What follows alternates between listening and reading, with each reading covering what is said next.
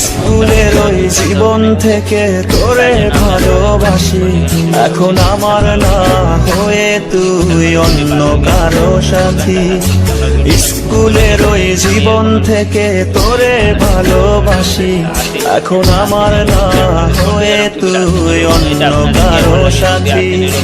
কার আকাশের গুড়ি হয়ে কোথায় উড়ে বেড়াস, কোন সুখের পথে হাঁটিস পর করে আমায় চলো না মই।